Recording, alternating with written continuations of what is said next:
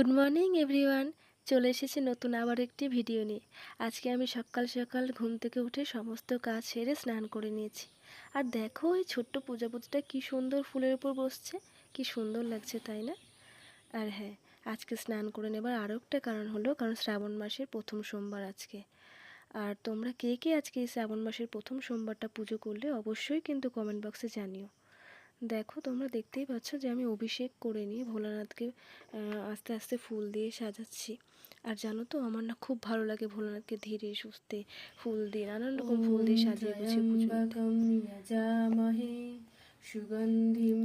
আর তোমরা আশা করছি দেখতেই পারছো আমি মন্ত্র উচ্চারণের মাধ্যমে এবং আরতি করে ভোলানাথের পুজো করছি।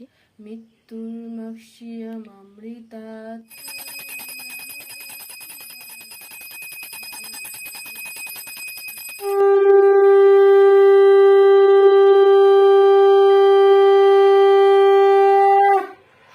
পুজোর শেষে প্রসাদ গ্রহণ করে এই দুপুরবেলা আজকে খই দই এসবই খেয়েছিলাম। বিকেলবেলা হঠাৎ করে দেখি মেঘ করেছে, কিন্তু কিছু করার নেই, আমাকে পড়াতে যেতেই হবে, তাই পড়াতে চললাম।